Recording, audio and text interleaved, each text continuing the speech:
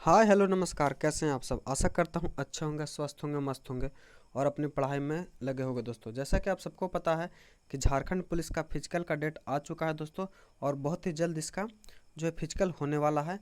तो इसकी तैयारी के लिए आप लोग दोस्तों वीडियो को लास्ट तक ज़रूर देखिएगा। इसमें हम महत्वपूर्ण जीएस के प्रैक्टिस करवाने वाले हैं, जिससे कि आपको एग्ज़ाम में अच्छा परफॉर्म कर सकें। तो आज का हमारा पहला क्वेश्चन है, और वीडियो को लास्ट तक जरूर देखिएगा दोस्तों, क्योंकि पूरा क्वेश्चन देखने से ही आपको फ़ायदा होगा। एक दो क्वेश्चन देखने से तो आपको फ़ायदा होने वाला है नहीं।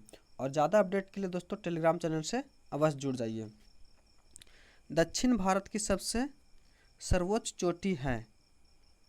दक्षिण भारत की सर्वोच्च चोटी की बात करें दोस्तों, तो देखिए दक्षिण पर्वतीय क्षेत्र के अंतर्गत केरल एवं तमिलनाडु राज्य की सीमा पर स्थित जो है नीलगिरी की पहाड़ी, अन्नामलाई, कार्बन, ये जो है दोस्तों पहाड़ियाँ हैं, आती हैं दक्षिण भारत में। और दक्षिण भारत में सबसे ऊंची चोटी है, जो दक्षिण भारत की जो सबसे ऊंची चोटी है वह कौन है, तो अनायमुडी है। कौन, अनायमुडी, जिसकी लंबाई कितनी है, तो 2695 मीटर है। कितनी, 2695 मीटर। और यह जो किसकी पर्वत चोटी है, तो यह दोस्तों अन्नामलाई पर्वत की, किसकी, अन्नामलाई की है यह पर्वत चोटी है। तो इसको भी आप ध्यान में रखिएगा। वहीं दोस्तों बात कर ले डोडा बेटा की, तो डोडा बेटा जो है दोस्तों ये क्या है, तो नीलगिरी पर्वत का जो है दोस्तों सबसे ऊंचा पर्वत चोटी है। क्या, डोडा बेटा, जो कि दक्षिण भारत की द्वितीय सबसे ऊंची चोटी है, कि में दूसरी सबसे ऊंची चोटी है। वहीं दोस्तों बात करें कलसुबाई की, तो कलसुबाई जो दोस्तों यह पश्चिमी घाट की सबसे पर्वत चोटी है, और यह महाराष्ट्र राज्य में है, जिसकी ऊंचाई कितनी है, तो 1646 मीटर। इसको भी आप ध्यान में रखिएगा। अगला प्रश्न है, नामदफा बाघ अभयारण्य किस राज्य में स्थित है।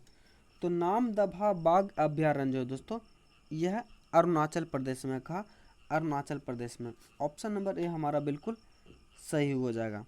वहीं दोस्तों बात कर ले नामदफा बाघ, तो बाघ अभयारण्य की जो शुरुआत है दोस्तों वह 1972 ईस्वी से कब हुई है। कब, 1972 ईस्वी से वन्य जीव अधिनियम के द्वारा टाइगर राज्य की स्थापना की शुरुआत की गई थी। वहीं दोस्तों बात करें केरल में, तो केरल में जो दोस्तों वाल्मीकि, नहीं दोस्तों केरल में हो जाएगा आपका कौन सा, तो केरल में आपका होगा जो, केरल में आपको हो जाएगा पेरियार। क्या, पेरियार, केरल में जो दोस्तों क्या है, तो केरल में पेरियार टाइगर रिजर्व है। क्या, पेरियार टाइगर रिजर्व। वहीं दोस्तों बात करें तमिलनाडु में, तो तमिलनाडु में सत्यमंगलम टाइगर रिजर्व है। कौन, सत्यमंगलम टाइगर रिजर्व। वहीं दोस्तों बिहार की बात करें, तो बिहार में वाल्मीकि टाइगर रिजर्व स्थित है। इसको भी आप ध्यान में रखिएगा। और कुछ अन्य राज्य में जानते हैं दोस्तों, जैसे उदयपुर अभ्यारण्य बिहार के पश्चिमी चंपारण जिले में स्थित है। वाल्मीकि बाघ अभ्यारण्य यह बिहार के पश्चिमी चंपारण जिले में स्थित है। ये सब जो दोस्तों बिहार में है। और भारत का प्रथम राष्ट्रीय उद्यान जिम कॉर्बेट है। कौन, जिम कॉर्बेट है। और वर्तमान में भारत में कुल 18 जैव मंडल है। कितने, 18 जैव मंडल हैं, यानी कि, और जिसमें से दोस्तों 12 जैव मंडलों को यूनेस्को द्वारा जैव मंडल सूची में शामिल किया गया है। इसको भी आप ध्यान में रखिएगा। अगला प्रश्न है हमारा, भारत में परमाणु ऊर्जा आयोग की स्थापना कब की गई। तो भारत में परमाणु ऊर्जा आयोग की जो स्थापना है दोस्तों वह 1948 में की गई है। कब, 1948 में। ऑप्शन नंबर बी हमारा बिल्कुल करेक्ट हो जाएगा। भारत में परमाणु ऊर्जा कार्यक्रम की जो शुरुआत है वह 1945 से मुंबई में Tata institute of fundamental research की स्थापना के साथ हुई थी। और भारत में परमाणु ऊर्जा अनुसंधान के जो जनक हैं किसे माना जाता है, तो इसका जो जनक है होमी जहांगीर भाभा को माना जाता है। किसे, होमी जहांगीर भाभा को। अब परमाणु ऊर्जा विभाग की स्थापना जो है 3 अगस्त 1954 को की गई थी। कब, 3 अगस्त 1954 को की गई थी, जिसका नाम बदलकर 1967 में भाभा परमाणु अनुसंधान केंद्र यानी बार्क कर गया था। इसको भी आप ध्यान में रखिएगा। और इसका मुख्यालय जो दोस्तों कहाँ है, तो भाभा परमाणु अनुसंधान केंद्र का जो मुख्यालय है वह मुंबई में है। कहाँ, मुंबई में है। इसको भी आप ध्यान में रखिएगा। और जैसे तो दोस्तों पता है कि 1952 में क्या हुआ है, तो 1952 में आम चुनाव हुए हैं प्रथम। 1950 में भारत का संविधान लागू हुआ है और 1947 में देश आज़ाद हुआ है। ये सब तो आपको पता ही होगा। अगला प्रश्न है, लोनावाला जल विद्युत संयंत्र कहाँ स्थित है? तो लोनावाला जल विद्युत संयंत्र जो दोस्तों यह महाराष्ट्र में, कहाँ? महाराष्ट्र में। ऑप्शन नंबर सी जो हमारा बिल्कुल करेक्ट है दोस्तों। बांध बनाकर बहते हुए पानी को रोककर फिर ऊंचाई से टरबाइन पर गिराकर विद्युत ऊर्जा प्राप्त करने की प्रक्रिया को ही जल विद्युत संयंत्र कहा जाता है। क्या? इसे जल विद्युत संयंत्र कहा जाता है। और यह एक सस्ती एवं सुगम प्रदूषण वाली प्रणाली है, मतलब शून्य प्रदूषण वाली प्रणाली है। और भारत में प्रथम जल विद्युत संयंत्र की स्थापना दार्जिलिंग में 1897 में हुई थी। कहाँ? दार्जिलिंग में 1897 में। इसको भी आप ध्यान में रखिएगा। बात करें दोस्तों पंजाब की, तो पंजाब में दोस्तों सबसे प्रमुख जो परियोजना है वह क्या है? तो भाखड़ा नांगल परियोजना है। का? भाखड़ा नांगल परियोजना है। और इससे लाभान्वित होने वाले राज्य जो हैं दोस्तों पंजाब एवं हरियाणा है। क्या? पंजाब एवं हरियाणा।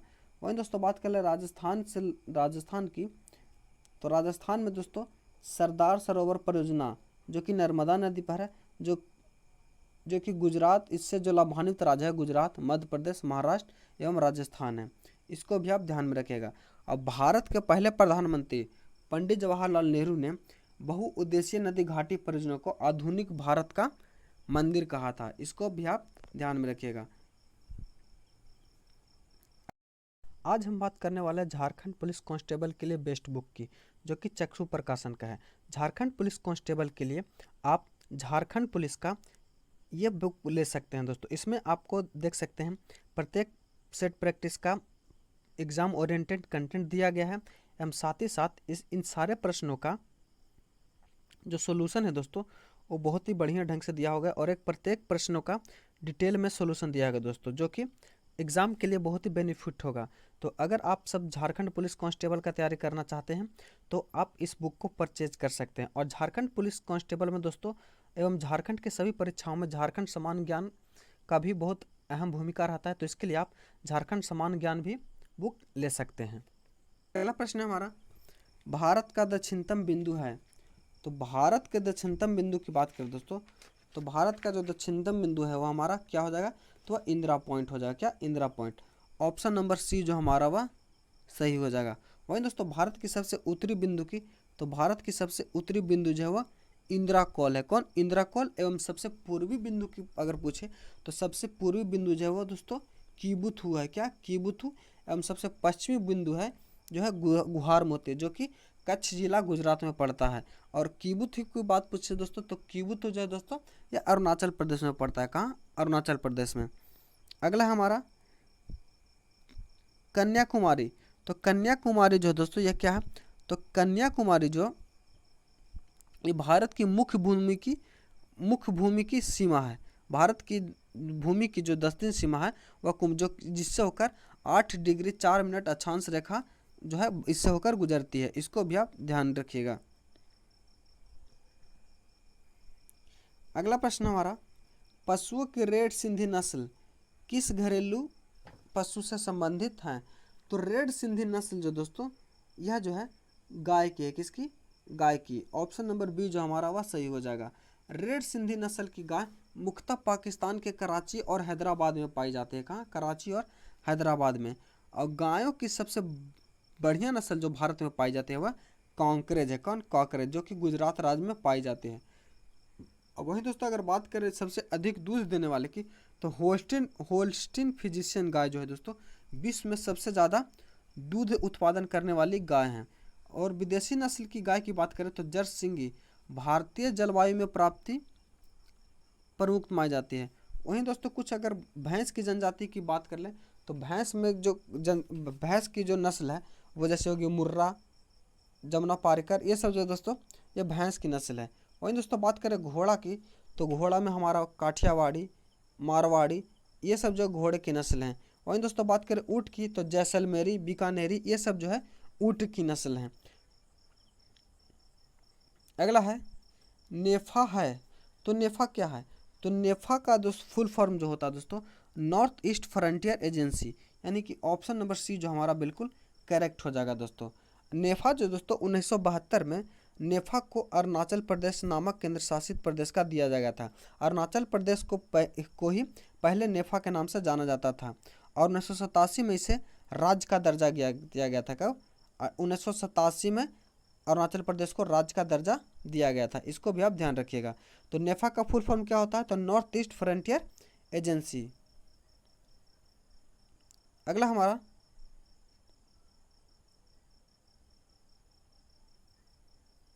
भारत में वन नीति 1952 का संशोधन कब किया गया था? तो भारत में वन नीति 1952 का जो संशोधन किया गया था दोस्तों वह 1988 में किया गया था। कब? 1988 में। ऑप्शन नंबर डी जो हमारा बिल्कुल सही हो जाएगा। और इसमें इसके अनुसार दोस्तों भारत देश के इसके अनुसार जो भारत के 33% कितना 33% भूभाग पर वन का विस्तार होना चाहिए। और इसी के 1952 के राष्ट्रीय वन नीति को संशोधित करते हुए 1988 में विस्तृत लक्ष्य निर्धारित किया गया था। इसको भी आप ध्यान में रखिएगा। वही दोस्तों बात करें 1970 में, तो 1970 में जो दोस्तों भारतीय डेयरी बोर्ड की स्थापना की थी। भारतीय डेयरी बोर्ड की स्थापना की थी जिसके तहत ऑपरेशन फ्लड चलाया गया था। अगला प्रश्न हमारा, मेघालय की गारो पहाड़ियाँ निम्न में से किस फसल के उत्पादन के लिए जानी जाती है? तो मेघालय की गारो पहाड़ियाँ जो दोस्तों वह किसके लिए? संतरा फसल उत्पादन हेतु जानी जाती है। ऑप्शन नंबर ए जो हमारा बिल्कुल करेक्ट हो जाएगा। वहीं दोस्तों बात करें रबड़ के उत्पादन में, तो रबड़ उत्पादन के लिए दोस्तों हमारा जो है दक्षिण भारत का केरल जो है दोस्तों प्राकृतिक रबड़ उत्पादन में प्रथम स्थान प्राप्त करता है। वहीं दोस्तों बात कर ले केसर की, तो केसर के उत्पादन में जो है प्रथम यानी अग्रणी राज्य है दोस्तों वह हमारा जम्मू कश्मीर है। क्या? जम्मू कश्मीर है। और केसर किस चीज़ से प्राप्त किया जाता है दोस्तों? तो केसर जो दोस्तों पौधे के वर्तिकाग्र से प्राप्त किया जाता है। किससे? वर्तिकाग्र से। वहीं दोस्तों बात कर ले सेब का सबसे बड़ा उत्पादक जो राज्य या केंद्र शासित प्रदेश है वो हमारा जम्मू कश्मीर है। कौन सा? जम्मू कश्मीर है। ऑप्शन नंबर मतलब इस प्रश्न का जो ऑप्शन नंबर ये हमारा करेक्ट हो जाएगा। और संतरा में कौन सा अम्ल पाया जाता है दोस्तों ये आप लोग कमेंट करके बताइए। अगला प्रश्न हमारा, प्रत्येक वर्ष विश्व जल दिवस मनाया जाता है। तो प्रत्येक वर्ष जो दोस्तों विश्व जल दिवस जो मनाया जाता है ये कब मनाया? तो यह जो है दोस्तों 22 मार्च को मनाया जाता है। कब? 22 मार्च को। 22 मार्च को ही दोस्तों विश्व जल दिवस एवं 22 मार्च को ही दोस्तों बिहार दिवस मनाया जाता है। क्या? बिहार दिवस मनाया जाता है। इसको भी आप ध्यान कर लेगा। वहीं दोस्तों अगर पूछ ले दोस्तों 22 अप्रैल को, तो 22 अप्रैल को क्या मनाया जाता है? तो 22 अप्रैल को जो मनाया जाता है वह पृथ्वी दिवस मनाया जाता है। क्या? पृथ्वी दिवस। वहीं दोस्तों बात कर ले 1 मई की, तो 1 मई को मजदूर दिवस मनाया जाता है। 5 सितंबर की बात कहेगा तो 5 सितंबर को शिक्षक दिवस एवं 4 फरवरी को दोस्तों कैंसर दिवस मनाया जाता है। क्या? कैंसर दिवस मनाया जाता है। आशा करता हूँ वीडियो आपको अच्छा लगा होगा। अगर आप चैनल पर नए हैं तो चैनल को सब्सक्राइब कर लीजिए और ज़्यादा अपडेट के लिए दोस्तों टेलीग्राम चैनल से जरूर जुड़ जाइए, क्योंकि हम लोग सभी प्रतियोगी परीक्षाओं के लिए सेट डिस्कशन लेकर आते रहते हैं। तो मिलते हैं अगले वीडियो में, तब तक के लिए धन्यवाद। जय हिंद।